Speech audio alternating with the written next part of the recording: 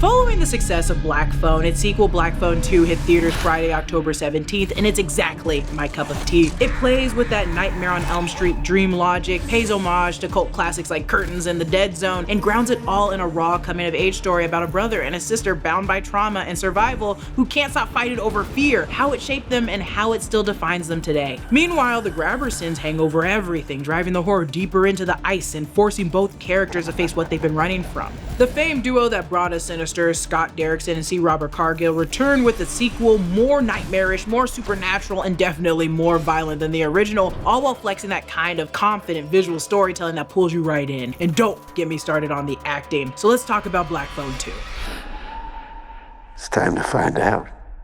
We'll begin with the recap. As a reminder, I'll separate this into chapters below, but in this section I'll probably highlight some details that you didn't know. It's 1982 and we're back in Colorado with the siblings Finn and Gwen Blake, played by Mason Thames and Madeline McGraw. The story takes place 3 years after the Black Phone, and time hasn't been kind to Finn. His trauma still festers, surfacing in violent and avoidant ways, like a school fight in which the first movie also begins in the same way. Director Scott Derrickson wanted this sequel to explore his own childhood. As he began therapy, he realized much of what he'd lived through wasn't normal or okay. Channeling those experiences into Finn's journey became the first act of the movie. In interviews, Scott Derrickson explained that the violence in the first film came from his rough upbringing. The whipping scene, for instance, was drawn directly from memory. As the youngest kid in his neighborhood, he was often beaten up, and once when he was 9, a friend told him through tears that his mother had been abducted, later to learn that the woman was kidnapped, assaulted, and found in their local lake. Both films capture the surreal, tragic space of childhood fear, the dread that something awful can happen to any child, any person at any moment without warning. Gwen has a new friend, or maybe a date, named Ernesto, played by Miguel Mora. You might recognize him as Robin from the first movie. This time, he's doubling as his own character's younger brother. Because the sequel jumps ahead a few years, the cast has naturally aged up, which actually makes the casting choice work perfectly. We never met Robin's family in the first film, and since his younger brother would now be around Miguel's current age, it fit seamlessly. The filmmakers also loved working with Miguel and knew how popular he'd become with the younger audience on TikTok, so bringing him back felt like a no-brainer. We learned that Gwen's dreams have grown more intense, while Finn continues to spiral without resistance. Gwen now experiences reoccurring visions connected to the same psychic abilities their mother once had, drawing the siblings back to their mom's old sleepaway camp in the mountains, often wearing her Nightmare on Elm Street Nancy Thompson pajamas and bandages, while Finn is tormented by the echoing of rings of a dead, disconnected phone, just like in the first movie. Once they're in the mountains at the Christian camp, it's revealed that the grabber has returned and wants to inflict the same physical and emotional pain that Finn had inflicted on him. He blames Finn for his brother's death, which you know was actually just him with an axe. The grabber was clearly unwell in the first movie and is unhinged in this movie, and that's explained through a bit of deeper lore that wasn't explored in the first movie. But it doesn't stray from the first movie's logic. They wrote the first movie as though there would be no sequel. When they finally came back with the decision to make a sequel on their own accord, they reviewed the rules given in the first movie for the spirits and how they would adhere to them again in the sequel. For instance, C. Robert Cargill discussed how the first movie allowed them to experiment with wacky temporal elements, such as the pinball scene. While Finn is talking to the pinball guy in the basement, Gwen is having a dream hearing the same conversation, but we find out he's answering 2 different conversations at the same time, similar to how we have Gwen constantly in 2 spaces while simultaneously living in another in this movie. In the first movie, we learn you start to lose yourself and forget a lot of who you were, and the afterlife seems to strip a lot of that away. So in this movie, we learn that the 3 boys don't know anything about their past lives, or even who killed them. They just know that it's cold. However, they did get to explore the concept of the afterlife more. They treated it as a good place and a bad place. The good place strips away all the bad stuff, leaving you with memories and goodness, while the bad place strips away all the good stuff and leaves you with just your sin and your hatred and your anger. So essentially, the grabber is just completely a pure spirit of rage. So everything he's going to talk about and do in this movie all pertains to his experience of hatred, anger, and sin. So he's mad he was killed, but he's also angry and blames Finn for his own choice of killing his brother. So the grabber wants to kill Gwen out of revenge. The film explores the afterlife in surprisingly charming ways, blending each character's personal beliefs and uncertainties. The grabber sees hell as a place cold as ice, while Gwen, Mondo, and Barb identify as Christians. Though Gwen and her mother clearly tried to understand their psychic abilities through Christianity, we saw Gwen doing a lot of this in the first movie, using the dollhouse and her cross to commune with Jesus. Ernesto, a Catholic, is more open to Gwen's powers, and Finn, like his father, remains agnostic, confronting the supernatural without trying to explain it. What's compelling about this mix of perspectives is that no one claims to have the answers. Each character character contributes a fragment of understanding, together forming a mosaic of beliefs that still leaves the afterlife up to complete and utter interpretation. At the camp, the group is living out their shining moment, snowed in, cut off from the outside world, forced to wait out the storm alone. To make matters worse, they must split up. Gwen stays in the girls' cabin and the boys stay in the boys' cabin. That night, Gwen sleepwalks, something that will happen almost every night. In her sleep, she relives her nightmares and visions that reveal the camp's buried history. 3 boys brutally murdered years ago at this very camp. It's the same camp her mother once worked at as a counselor and where the grabber himself once roamed. The boys' spirits are trapped here, their fear sustaining the grabber's lingering powers. Their bodies were never found, and like in the first film, the only way for them to cross over is for their remains to be laid to rest. Until that happens, their restless terror feeds the grabber, allowing him to haunt Gwen, a twisted Freddy Krueger-style revenge that turns her dreams into his hunting ground. God, I love this movie. Finally having caught Gwen, the grabber shows her that he had actually been the one to kill their mother and stage it as a suicide. Billy Showalter, the paper boy that we saw in the first movie, was there in their mom's visions, and she found him in the grabber's basement, unconscious, only to be stopped by the grabber, and he killed her for it.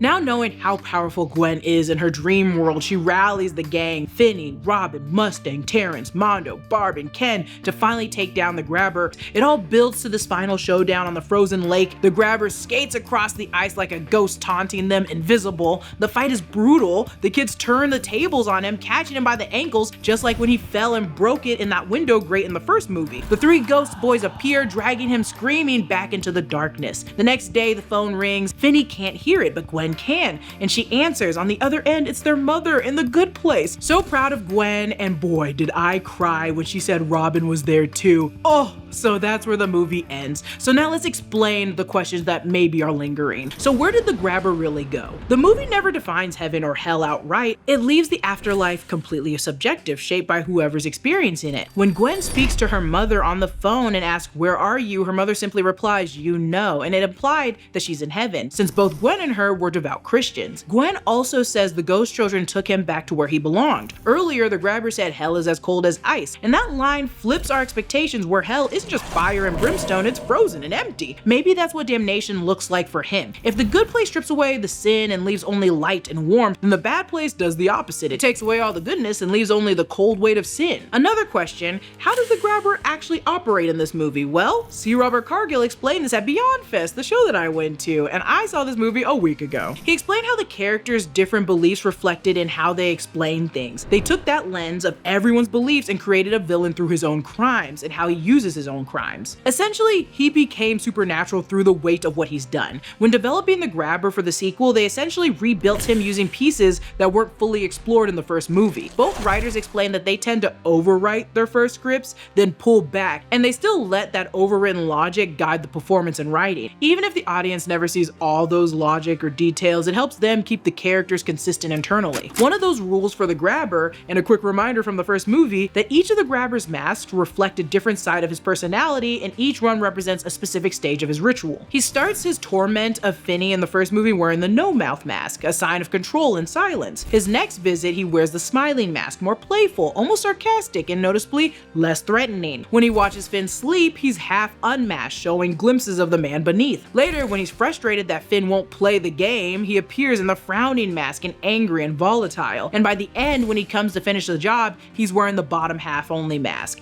as if he's stripped down to the pure predator underneath. In Black Phone 2, you'll see the mask change and reflect the actions he's doing as well, just like in the first movie. And finally, who can now hear the phone ring? In the movies, Finn can hear the phone ring while Gwen deals with the spirits and the visions. You'd presume their mother's power had passed that down to both of them, allowing them to commune with spirits. One of the key rules in the Black Phone is that these events aren't happening to the kids, they're happening within them. It's all about internal connection. C. Robert Cargill explains this in a Collider interview. That's why when the phone rings, not everyone hears it, only the person who's mentally reaching out, the one open to that connection, can hear it. There's no real phone ringing. It's just the mind's way of processing communication with the dead. So every time the phone rings, it's a personal experience, not a shared one. Finn and Gwen both inherited this ability from their mom, but they're at different points in accepting it. Finney kind of rejects it. He doesn't want to face what it means, while Gwen leans into it. That's why, as the story goes on, she starts doing things Finn could always do, and they don't have separate powers, they're just two people developing the same gift in different ways. So essentially, they both could always hear the phone ring, but it depends on who's reaching out. And that's it for our ending explain. The movie was great. I think it was a great continuation of the last movie and perfectly explained expanded on the lore that was already there. The acting?